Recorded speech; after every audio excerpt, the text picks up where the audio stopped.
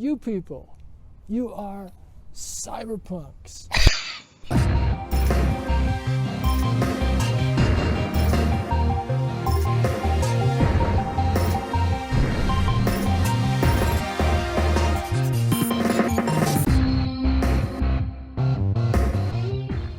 Hey everybody, this is Silver Spook, aka Christian Miller, and this is the Silver Spook podcast. And I'm very excited to be here with probably the best guest I'm ever gonna get. It's the interview of my life. The guy you probably might have heard of, William Gibson, author of Neuromancer, winner of the Philip K. Dick, Hugo, and Nebula, and lots of other books that you probably know if you listen to this podcast. So I know he doesn't like constantly people referring to Neuromancer. So let's get this out of the way. Are you writing Neuromancer 2 yet? Or is that not a bit? No. That's like, it's kind of the opposite of my bucket list. I knew that was the worst question to ask him because I've watched a lot of the interviews, and I met my wife and also Louis here, who is helping us out through the William Gibson board. So yeah, it's kind of a weird. There's been like 5 marriages made through the William Gibson board, I think. We have like, it's like, cyberpunkmatch.com. We really owe him money for all of the courting and matchmaking he's done for us. But yeah, it's just like, I have a very unusual relationship to this. My whole career, a lot of my life, my identity is kind of wrapped up in Neuromancer and in cyberpunk, in the William Gibson board. So this is a surreal experience, and I'm kind of running my mouth right now. Anyways, thank you so much for taking some time to be on, Bill. I'm glad to be here. Yeah. So yeah. Now that we got this silly Neuromancer question out of the way, what is cyberpunk to you? What do you when you think about it? What do you think? That's just silly. Oh man. Well, I was there. I think I was there the day the journalist introduced the group of some of younger writers I was hanging around with when I first started writing science fiction, when they introduced us all to the term. And so this guy came in and sort of said, you people, you are cyberpunks. And I was kind of like, oh shit, it's the label. This is bad. This is, once you got the label, you've had it. And I knew this because I was older and I'd been through the 60s. So I was about to say, everybody get back. This is a toxin. And they all sort of high-fived and went, yay, we're cyberpunk. We can put it on the back of our sleeveless jean jackets or something. And so I actually think that it isn't one of my favorite coinages.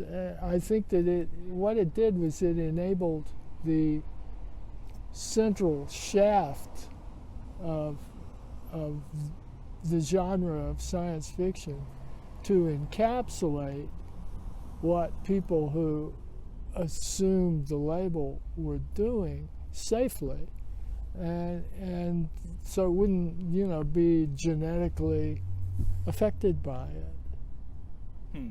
And I'm pretty serious about that. I've put it in more serious terms elsewhere. I think it's a difference. Like there was the word movement was very common around that time. People say cyberpunk, it's a movement, and I used to think it's not a movement, it's a tendency. And while it's a tendency, it's it has way greater subversive potential than if it's a movement or a label. Like a tendency can get into anything.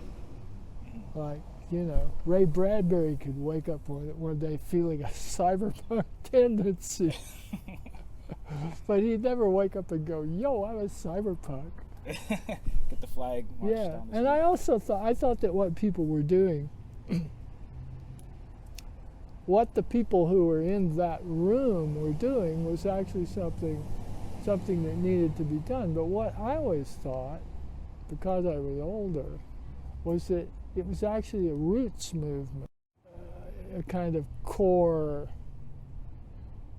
kind of pop that had been very much alive in science fiction when I was like 15 or 16 years old. And when I was 15 or 16 years old, I was reading what Americans called British New Wave science fiction.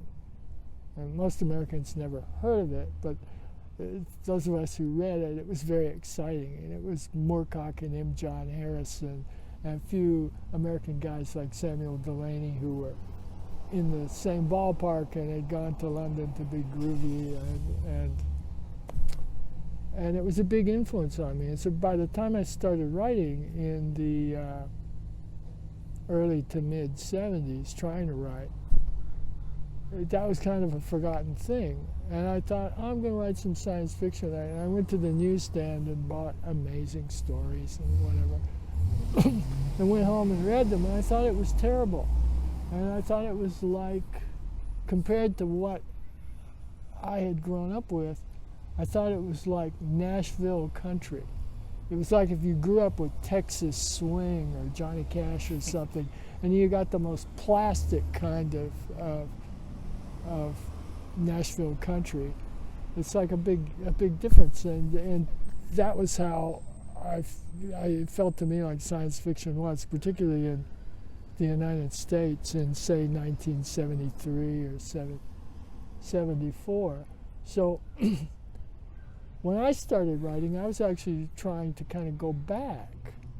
I wanted to go back to this time where people had been doing more radical stuff.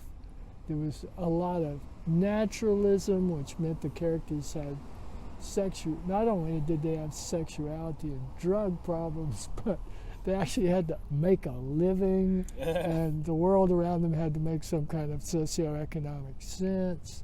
And there was just there's a lot of great stuff from 1965, 1969 in there. And that was like my inspiration. So it didn't seem to me like I was trying to do something new. And it was similar in a way. It was similar to some of the impulses in punk, or maybe it was even closer to some of the impulses in new wave music, which didn't have the cigarette-stained leather, but it did have the rock and roll. Like I wanted science fiction with rock and roll. And to me, I actually think that cyberpunk, the label, sidetracked the tendency or impulse that we were going along with into something kind of circular.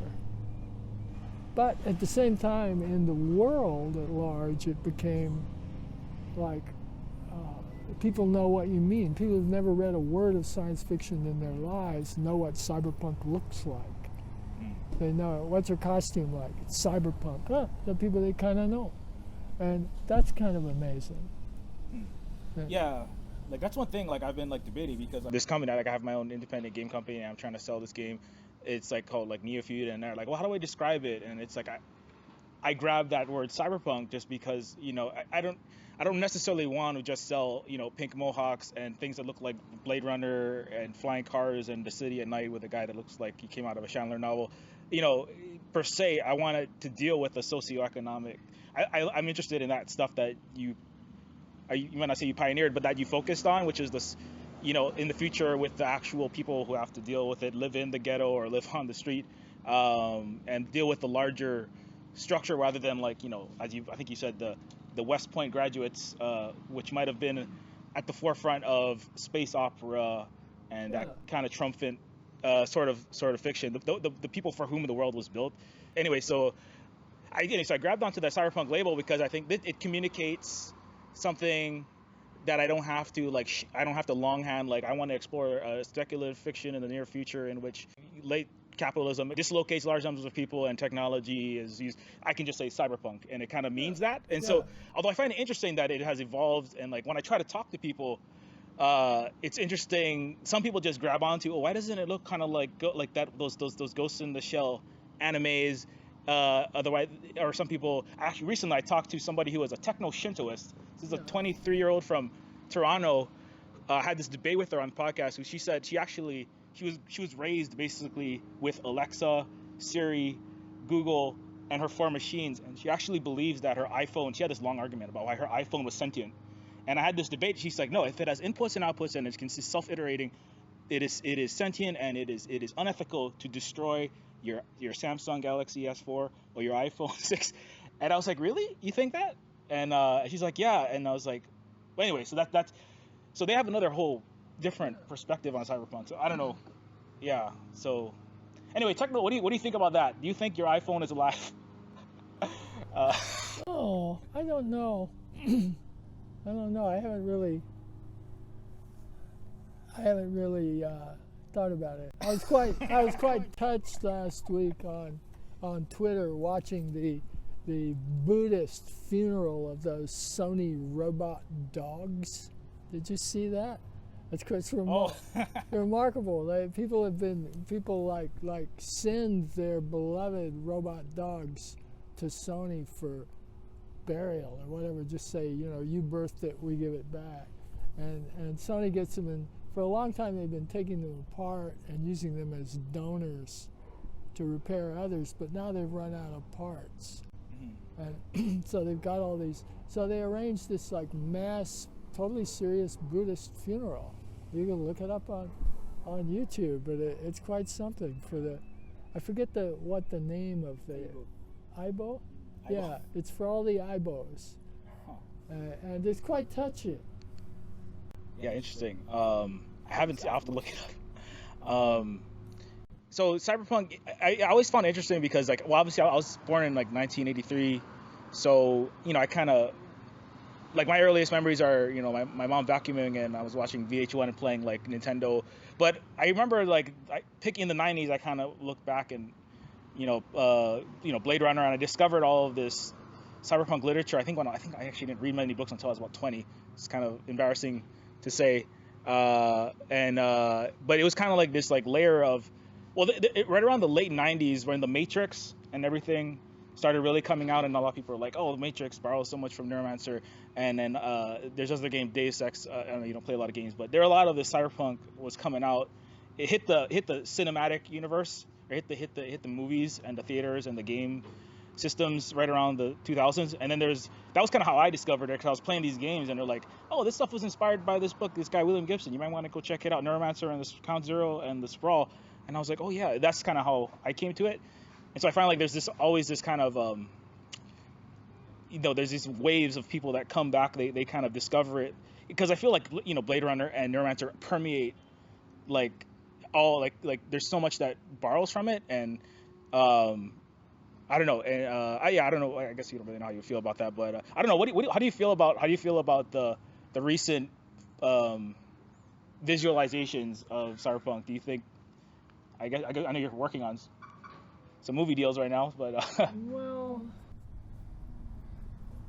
I don't know. I mean, we've gone through. I think it's helpful to keep steampunk in mind, because with steampunk you've got something, I don't even know what we can call these things. It's like a cultural motif or something. You've got something where there were very, very few fictional or filmic progenitors of the thing that steampunk became, and the thing it became is almost purely visual and physical. It's physical objects. It's clothing and physical objects. And people dressing up in a kind of carnival behavior that goes along with it. But there really isn't very much of a literature. There's like 4 or 5 works of fiction, and that's something that just sort of jumped in to popular culture and exploded, really, considering its tiny beginnings, without having to, it has no narrative baggage. Like, nobody really knows what world. All that steampunk stuff is not an evocation of anybody's world in particular. It's just a bunch of what we used to call memes, not what memes mean now on the internet, but things like brass goggles. Brass goggle on top hat. Think it's a thing. Like, nobody knows what it means, but everybody recognizes it. And so to some extent, cyberpunk is like that today, and it's becoming really hard to do. If somebody wants to do a street level near future today, they're kind of stuck with cyberpunk. Like, the next iteration of that kind of vision hasn't actually arrived yet. And cyberpunk's been around. It's been around for a while. And so I kind of keep wondering, like, what will the next thing be? Or is that all over? Like, it's possible that all that stuff might be over in some kind of ongoing atemporal cultural event, where it's like time ceases to pass in popular culture, and we can all just travel to different realms of it all every day that are always Lord of the Rings or whatever, like there's just these vast permanent realms of stuff, self-consistent stuff. And how can you have a vision of that's a possible future, but how can you have a vision of it on screen? Because the people would all be wearing whatever was appropriate to them. It's all cosplay now.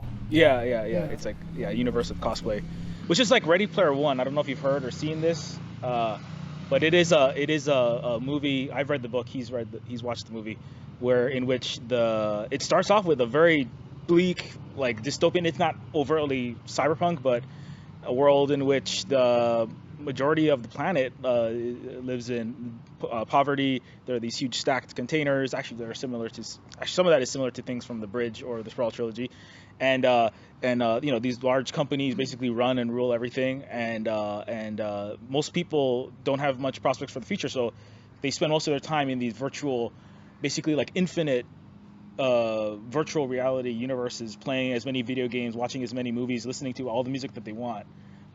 It's kind of like it's actually a lot like the Matrix, except without the overlords that are robots. It's just human overlords, right? And so, and the movie, and anyway, it's an interesting premise. But I mean, that's kind of like the way the way that I see it is kind of like that. Is that without for example, punk and these movements kind of relied on the media itself, like the CD or the radio. And they kind of like limited your exposure to any particular, you could choose to be a Ramones person, or the Run DMC, or maybe you're Britney Spears, but that's all they had in the store. But now there's infinite everything all the time, everywhere, and but with a lot of the certain negative cyberpunk. There's some of the darker like Reaganomics up to 11 is happening now. In fact, we have like a caricature of the 80s villain who's our president in the United States, right? So it's like, but everybody's like out to lunch, not everybody, I should say. The richest people would probably like it if everybody was out to lunch and not paying attention. And that's kind of my thing, as like I get on, part of it when I made this game and when I write, things that I do, and when I get on Twitter or get on other social media, I try to, say, I would rather have media and books and films and games that reflect or that allow for a possibility that's better than just the Hunger Games with really good VR, So I don't know. I don't know where I'm going with that. I'm just kind of ranting right now. But But yeah, no, I agree with you. Like, I don't know what the next thing is. That's why I just have to keep using the cyberpunk label, because I feel like, well, I think the core of it is the punk, right? It's like, it's not just the cyber. It's not just like stuff that looks cool and it sells and makes a lot of money for Silicon Valley investors. It's also the punk that actually, I don't know, it offers some kind of resistance or counter narrative to you know, the venture capitalist pitches, you know, like, I don't know. That's what I would hope for the next generation, is they don't just get Well, you know, I don't know. I never thought of. I've never really thought that science was, maybe when I was very young, but not since then. How I thought that science fiction was about predicting the future, or a future. I think I've always seen it as a different way of looking at the present, because if you go back through the history of science fiction, which isn't, granted very long, like what I get when I do that is that I see that it's always been about the moment in which, the very moment in which it was written. And as it gets older, that becomes more obvious, because the great majority of imagined futures are never going to happen, and most science fiction acquires a kind of, it's like an ice cream cone melting on the way back from the corner store. That gloss of fake futurity, and it's really just about, there you are, and it's all over your hand. And so 1984 is about 1948, the year in which it was written, except that, it comes and goes in its resonance. Like right now, it's way more resonant than it has been for a while, but that could recede, and then it could come back. And I never. So when I was reading science fiction in the 60s, in my mid-teens, it wasn't like I didn't feel so much like these writers were showing me depictions of groovier and freer futures, although, lots of them were trying to. It felt like they were giving me different ways to look at what was happening right now. And I'm reading a story, it's got big evil corporations, and I'm kind of like, whoa, looking over my shoulder. Oh, what's that? It's a big evil corporation. So, yeah, and as it gets, as the present gets, harder for people to understand, people, myself included, to understand, science fiction gets, excuse me, science fiction gets easier, science fiction gets more useful as, it's kind of like oven mitts, to pick the hot mess of the present up and examine it at leisure. Because you can do it without freaking out, because it's just an imaginary future. Right. And I kind of shoot for that sometimes when I'm writing. Like, I'm not trying to predict what I think is going to happen. I'm trying to find a totally different way to look at what's happening right now. I've said this a lot, and I think a lot of people would agree.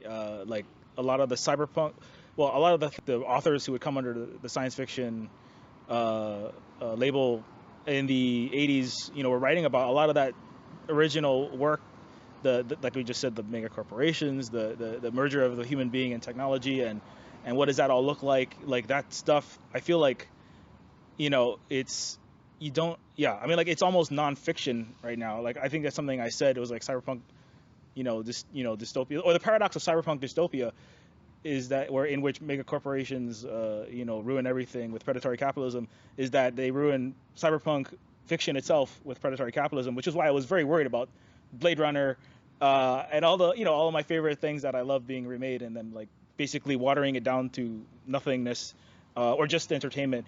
Which I'm glad that I saw the recent 2049 and it wasn't that bad. But yeah, I mean, like I think like there's a show called Black Mirror. I don't know if you've watched this show. It's weird. I haven't, but I don't know why. I mean, I know it's excellent. Like everyone, I can tell that it's really important.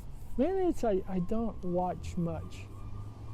I can't watch much of anything when I've been working, and I've been working really a lot the last decade. When I'm actually writing, it throws me off the place I write from if I see a really good movie, particularly if it's science fiction or fantasy.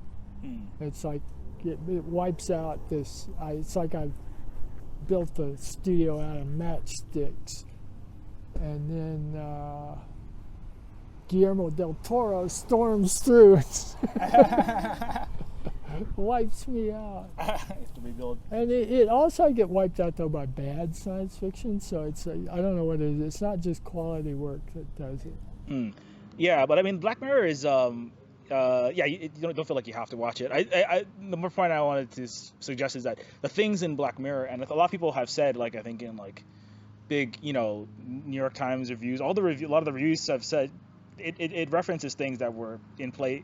It deals with the subject matter of, and Westworld is another show that's like that. It deals with a lot of the topics of the cyberpunk, of the writers, like the things that you or Bruce Sterling or John Shirley or that crowd was concerned with, but just it's not set like in 30, 60 years in the future. Black Mirror is set like tomorrow. Yeah. It's like in some ways it's more frightening. When I watched it, I actually had to stop. That's what I thought. I never questioned in like, when were we doing this? Like in 1981. I never questioned that the important thing about so-called cyberpunk. Actually, in 81, we'd never heard the term. I never questioned that the important thing about it wasn't the wardrobe department. Totally. It was, it was attitude and kind of a choice of subject matter. But when the label took over, it was increasingly just this kind of visual meme or something, and which was never like very attractive to me. I've never found the artwork. There's hardly any of the artwork that's ever been done to illustrate any of my quote cyberpunk unquote stuff has satisfied me at all. Just like a very few people, like a handful of pieces. And it's because it couldn't be original, because it was evoking a cliche. And maybe that's what I freaked out about when the journalist came in that day and told us we were going to be cyberpunks, is because I thought, the cliche has arrived. And, they slap the cliche on you and it sticks. And so you're there and you're doing this, actual radical, naturalistic thing to a genre that's become very pokey and conservative and self-referential. And they go, ooh, and what are we going to do? Slap the cliche on it. And the cliche just kind of glues everything together, and you're stuck with it. Because the artists start for the guy with the chrome spikes, and the girl with the mirrored sunglasses, and you're done then. It's you're toast. They've been able to turn it into a visual cliche. So it's like, if someone wanted to try to do that kind of thing in science fiction today, and they asked me for advice, I'd say, like, Like when you see the guy coming with the label, kill him. Don't get anywhere near the label. Deny there is any movement. If anything, admit that you have certain tendencies which you're unwilling to speak of that surface occasionally in your fiction, and that will really frighten the straight people. That'll frighten the central shaft of science fiction. And believe me, science fiction has its straight people. Yeah, the punk. I guess another guy who summed it up very well is Jeff Goldblum. What was it? You're taking it, you're packing it, you're packaging it, you're putting it on a plastic lunchbox, and you're selling it.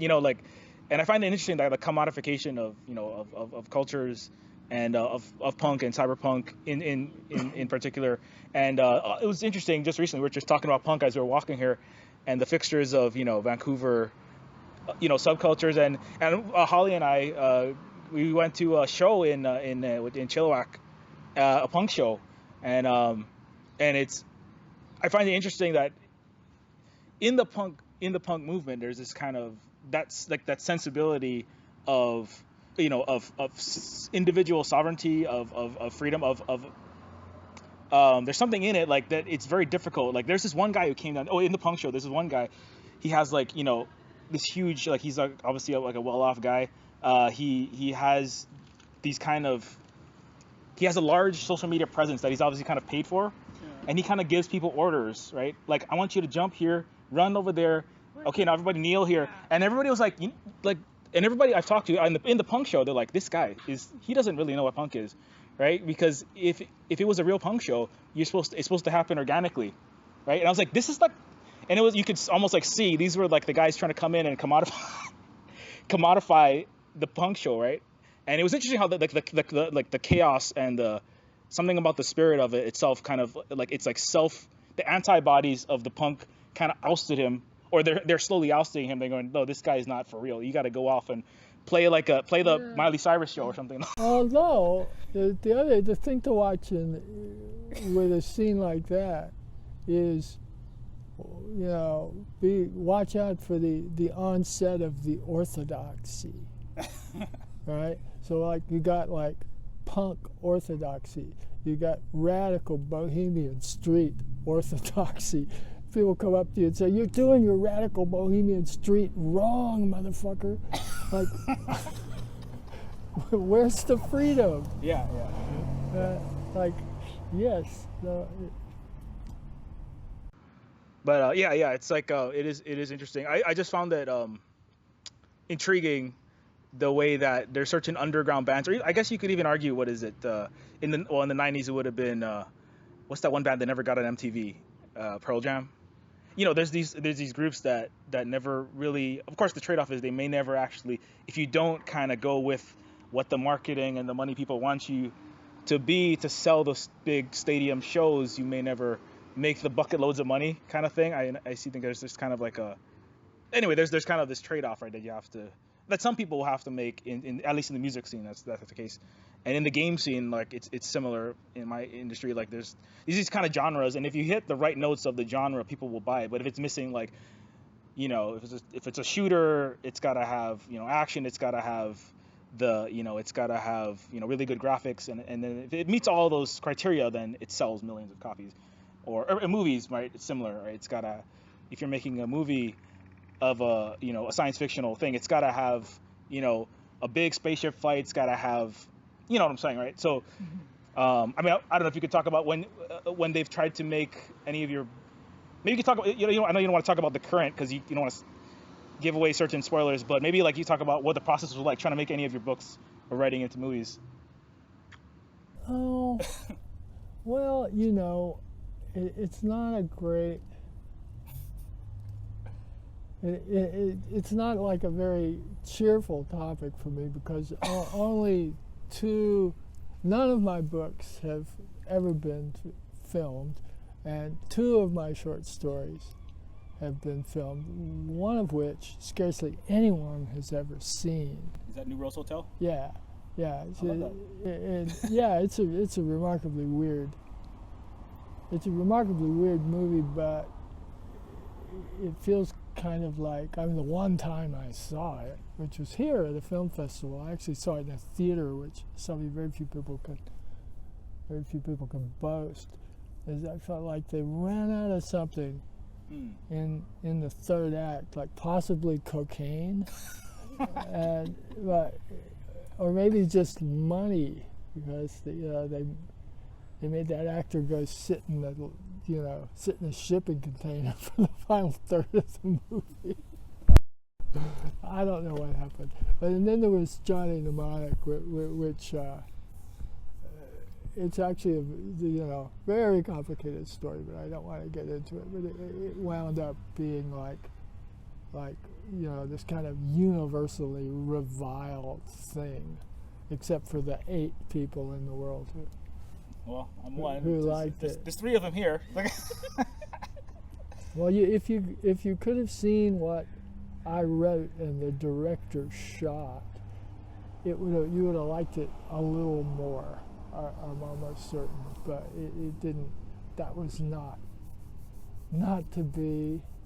So I don't really know much about the process. I mean, the process of things getting optioned and then falling apart. I have like a vast experience of, but it's not really worth talking about. But hope springs eternal. It's not like I wake up every day and go, I want them to make movies, but it would be cool if somebody made one that people sort of liked. The people I like sort of liked. Okay. Some people like Johnny Mnemonic. If I ever make enough money, I'll try to make one out of something. Yeah, it's like I mean, Johnny Mnemonic. I like Johnny Mnemonic. I actually when I talk about it, I say this is and the people that I've talked to on this podcast, I think a good number of them, they still like it, and it has flaws obviously, but I do think it is like one of the most it has a lot of the aspects of cyberpunk, especially when they go to the New Jersey area with the what is that? What are they? Spider and the just the homelessness and the people that are living on the bridge. Like I liked that was kind of like one of the few visualizations of that aspect, even barring a lot of the diversions and some of the acting. I mean, like the world itself was really interesting to me. So I don't know. I still say, hey, check out Johnny Mnemonic. Check it out. Like, love it for all it's worth. I wouldn't say anything about it, but I'll say one thing about it that really is true, is that it was written and shot and acted as a comic action film. And when Sony took it away from the director and recut it and did a lot of reshooting, their specific goal was to try to remove the comedy.